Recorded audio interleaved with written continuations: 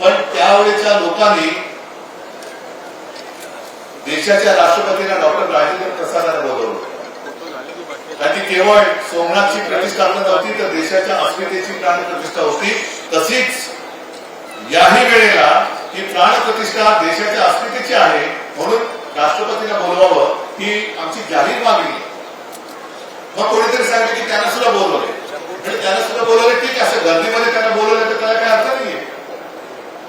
आम्ही जे बोलतो आहोत ते एका सन्मानाने बोलतो की राष्ट्रपती महोदय आपण या, आपल्या हातनं आम्ही काळा मंदिराची आरती करतो, आपल्या हातनं आम्ही गोदावरीची आरती करतो आणि विशेष म्हणजे आपण आरती करताना फोटोमध्ये मी संजय राऊत असणार नाही, आपल्या एकटीचा फोटो येईल।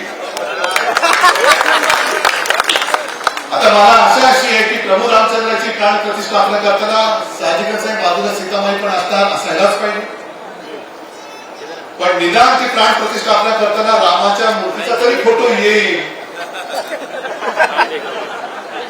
आणि मुळामध्ये आतमध्ये प्रभू रामचंद्राची मूर्ती असेल अशी माझी अपेक्षा आहे। पंतप्रधान खूप काही बोलले, घराणेशाहीवरती पण बोलले आणि म्हणून योगायोग असेल काल ते येऊन गेले। आज मी नेमकं अशा मतदारसंघात आलोय की जिथे गद्दारांची घराणेशाही आपल्याला गाडायची, गद्दारांची घराणेशाही। मी माननीय पंतप्रधानांना सांगतो की उगाच घराण्यावरती बोलू नका, तुम्ही जर आमच्या घराण्यावरती बोलला तर आम्ही सुद्धा तुमच्या घरावरती घराण्यावरती तुमच्यावरती बोलू आणि निदान जो घरंदाज आहे त्यांनी घराणेशाहीवरती बोलायचं, जो घरंदाजच नाहीये तो काय घराणेशाहीवरती बोलणार। आणि हे त्यांना माहिती नाही घराणं म्हणजे काय असतं, घराण्याची परंपरा काय असते ही त्यांना कल्पना नाहीये, म्हणून त्यांना आतापर्यंत मदत करत आलेली मी सरळ म्हणतोय ठाकरेंची घराणेशाही नकोशी झाली आणि गद्दारांची घराणेशाही आपली वाटायला लागली। प्राणप्रिय गद्दारों से मेरा बहुत पुराना रिश्ता है, अब भी है। अशी ही सगळी घराणेशाही जी गद्दारांची ती गाडून टाकायची, ती गाडण्यासाठी तुम्ही किती तयार आहेत ते मी बघायला आलो।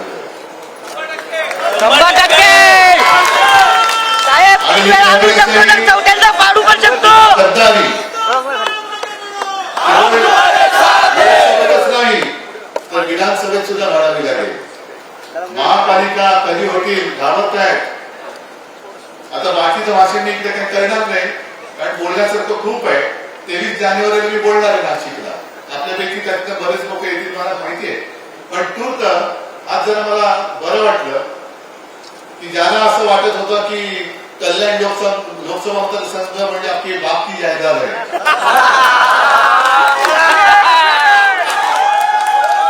असं त्यांना वाटलं होतं। कारण काही वेळेला निष्ठावंत शिवसैनिकांना नाकारून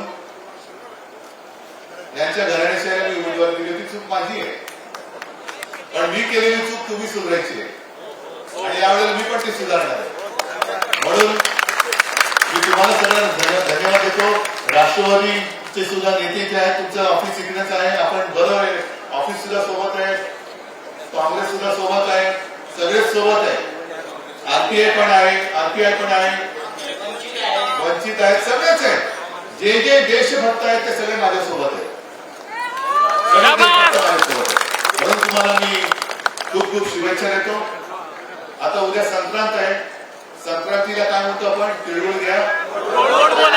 कालपासून तिळगुळाचे लाडू वाटायला सुरुवात झालेली आहे, कालपासून सुरू झाले। पुन्हा या महिन्यात दुसऱ्यांदा पंतप्रधान महाराष्ट्रात येणार आहे, कारण मी मगाशी बोललो वाटतं की यांना निवडणुकीला महाराष्ट्र लागतो, व्यवसायाला गुजरात लागतो, त्याच्यामुळे महाराष्ट्राची ताकद आता आपल्याला दाखवायची आहे। सगळ्यांना शुभेच्छा देतो, अशीच एकजूट ठेवा। धन्यवाद, जय हिंद, जय महाराष्ट्र।